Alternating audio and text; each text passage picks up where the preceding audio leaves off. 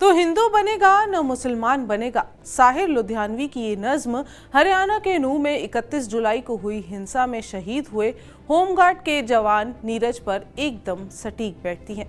नमस्कार, मैं हूं आपके साथ कीर्ति अरोड़ा और आप देख रहे हैं TV9 पंजाब हरियाणा हिमाचल।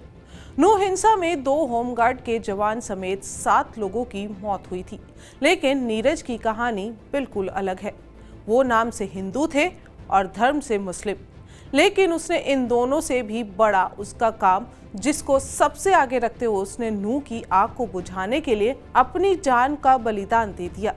जिन लोगों की मौत हुई है, उनके परिजनों का कहना है कि एक विशेष धर्म से होने की वजह से उनको निशाना बनाया गया।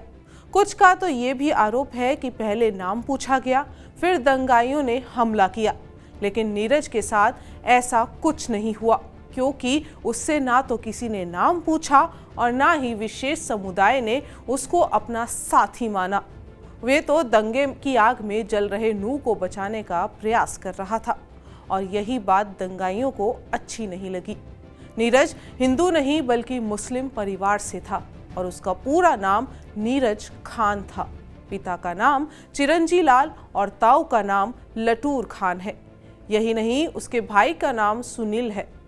TV9 से बातचीत करते हुए नीरज के बड़े भाई सुनील ने बताया कि गांव में 13 से 14 मुस्लिम परिवार है, लेकिन कोई नमाज नहीं पढ़ता और ना ही कहीं पर नमाज पढ़ने जाता है। यहाँ पर सभी पढ़ाई को तरजीह देते हैं और पढ़ने लिखने के बाद नौकरी करते हैं।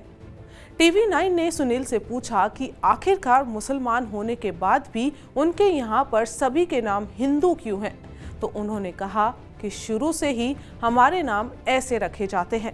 मेरे पिता का नाम चिरंजी लाल है, ताऊ का नाम लटूर खान है और मेरे बेटे का नाम अजय है।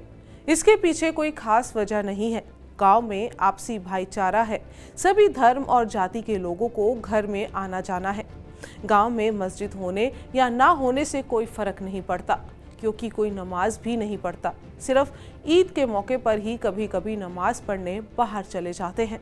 भाई के शहीद होने पर सुनील ने कहा कि हमारी सरकार से कोई मांग नहीं है, वह जो देना चाहती है दे दे, सिर्फ उसके बच्चों का ख्याल रखा जाए। आपको फोन आया था? एक पड़ोसी ने बताया था। पड़ोसी ने बताया। आपसे कुछ बोले थे उन्होंने? बोल रहे थे कि आपका भाई नीरज एक्सपायर हो गया। तो नीरज जी से सुबह बात हुई थी आपकी? हाँ, हुई थी सुबह। बात हुई। क्या बोल रहे थे वो? घूम का बोल भाई घूमने चलेगा, मक भाई चल घूम का आते थे हम दोनों सुबह। ये बात वैसा। आप फिर आप नहीं जा पाए क्या उनके साथ? नहीं, मैं तो घर ही रहता था। आप गए रहते? वो ड्यूटी चला जाता था। तो आपको वहाँ जाने, स्थल पर जाने नहीं दिया आपको भी? जैसे बाबूजी बता रहे हैं कि मैदानता के लिए बोला गया था। मेरी तबीयत सही नहीं थी, इसलिए मैं नहीं जा पाया। मेरा आपा भी सही नहीं था। उनके क्या कुछ सपने थे? उनके क्या बोलते थे वो नीरज जी? ने कमा के अपने बच्चों को तो पाल ही रहा था। घर में कितने सदस्य हैं उनके? अगर देखें उनके स्वयं के कितने बच्चे हैं? एक लड़का है, एक लड़की।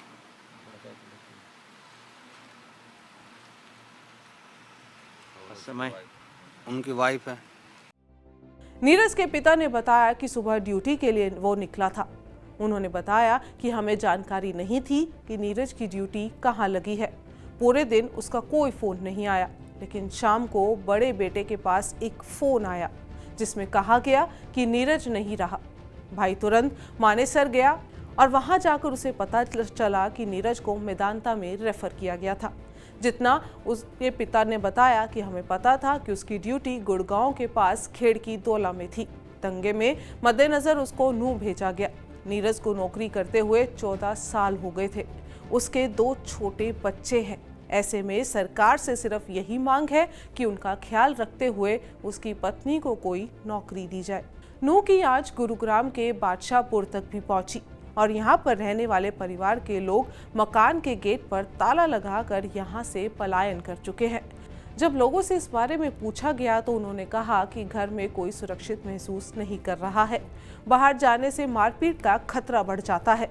यहाँ का नज़ारा ऐसा था कि पूरी गली में घरों पर ताले लटके हैं और बात करने वाला कोई भी नजर नहीं आ रहा। आपको ये वीडियो कैसे लगा हमें कमेंट करके ज़रूर बताएं और चैनल को लाइक और सब्सक्राइब करना बिल्कुल ना भूलें। नमस्कार।